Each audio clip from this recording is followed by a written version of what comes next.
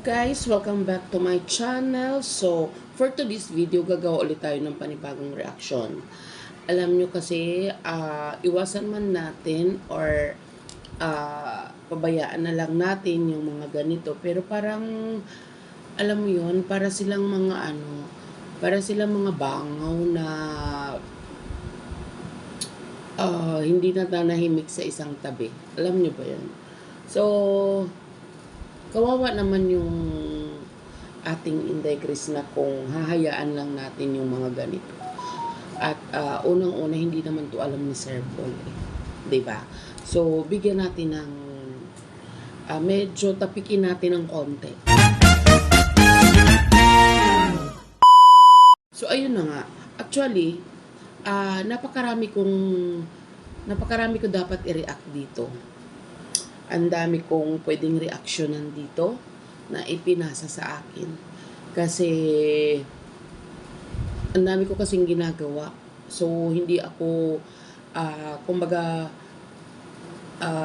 hindi ako masyadong nagkakaroon ng time para mag-scroll sa iba't ibang mga upload. Oo. So, salamat naman dito sa mga talagang nakasuporta at talagang ibinibigay nila sa akin itong mga ito.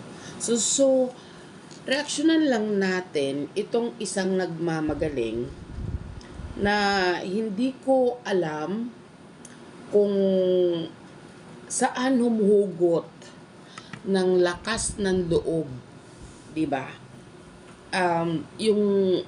Kung saan siya humuhugot ng lakas ng loob, 'di ba? Para magbitaw ng salitang mga ganito, 'di ba? At alam mo 'yon, yung hindi niya personally kilala ang isang Toots TV. Tapos i-comment mo ng ganon, 'di ba? Ito yung mga taong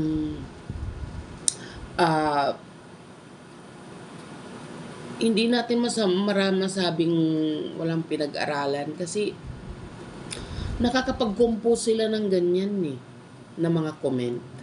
Alam nyo yun?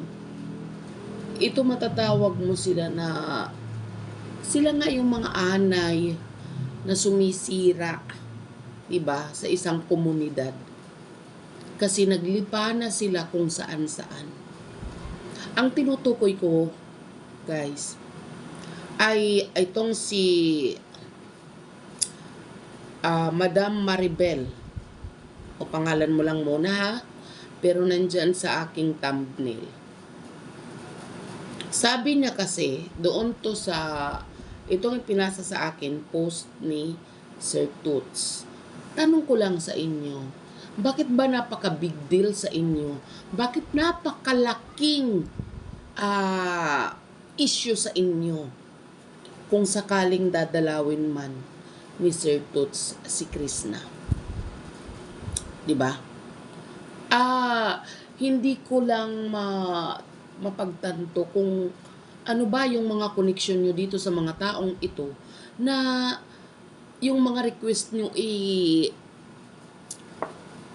alam nyo yun, pakikialam, yung gusto nyong hadlangan, yung mga gusto ng isang tao na kung tutuusin labas na kayo dyan.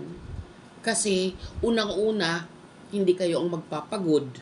Pangalawa, hindi kayo ang gagastos kung sakali man magbibiyahe sila papunta doon, 'di ba? O sadya lang talaga na hindi talaga kayo masaya for Krishna.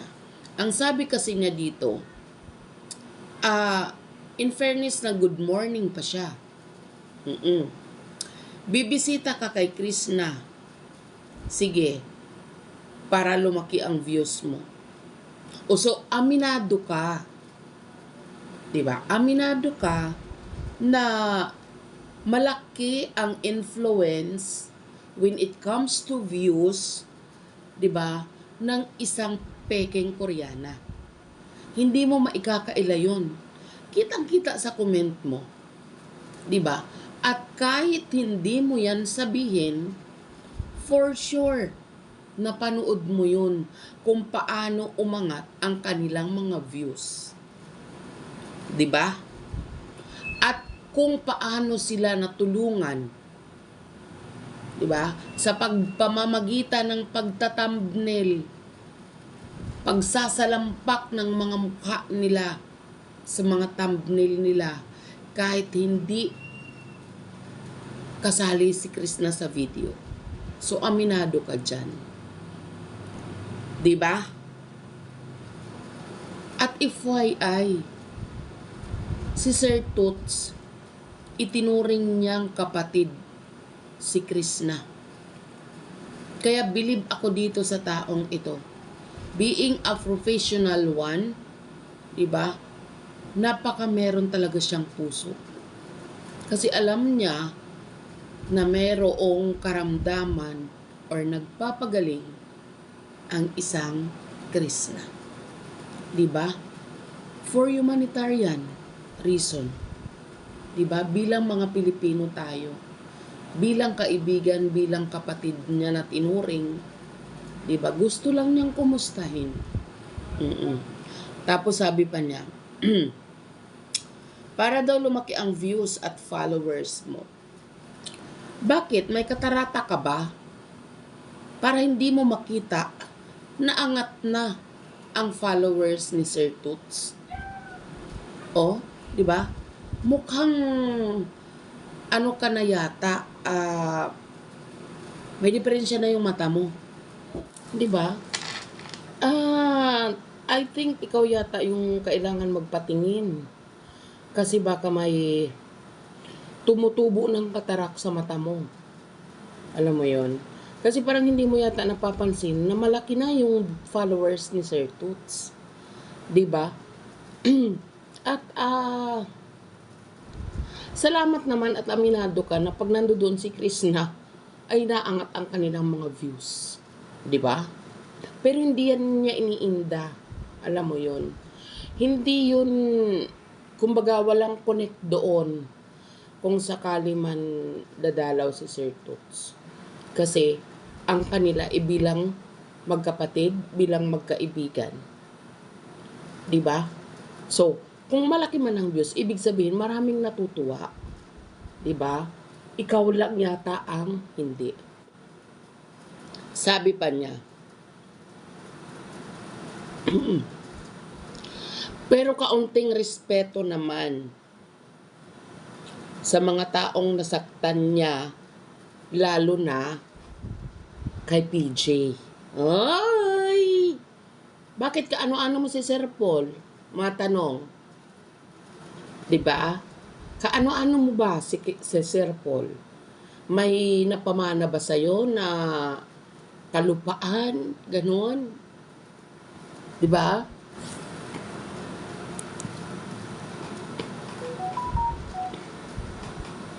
Sa mga tao daw na nasaktan, ang unfair mo, Maribel. 'Di ba? Sa taong nasaktan, napaka makahulugan ng mga salita. 'Di ba? Napaka makahulugan. So, sa mga nangyari, parang gusto mong palabasin dito na si Sir Paul lang nasaktan.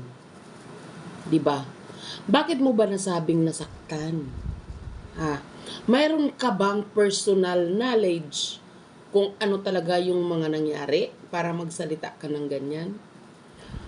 For the sake of argument, para hindi ka magmukhang tanga, sabihin na natin, sige, may nangyari nga. Sino dito ang mas agrabyado? Unang-una, literal, bisita nila yun si Krishna. 'Di ba? Masyado kang matabil, masyadong marami kang nasasabi about sa mga nangyari, pero wala ka namang personal knowledge. Paano mo nasabing nasaktan kasi nakita mong umiyak?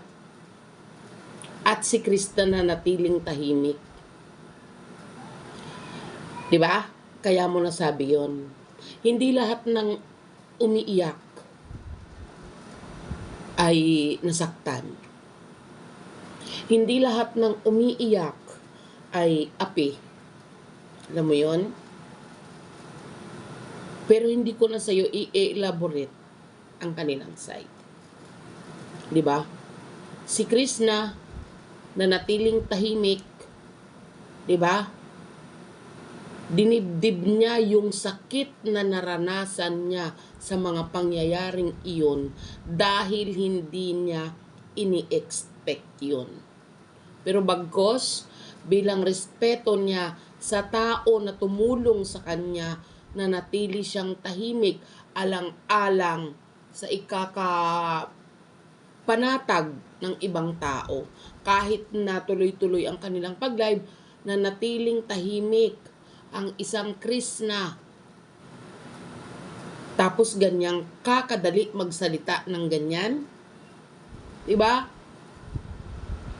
Tantanan mo si Krishna kung wala ka lang naman matibay na ebidensya o wala kang personal knowledge kung ano talaga yung mga nangyari.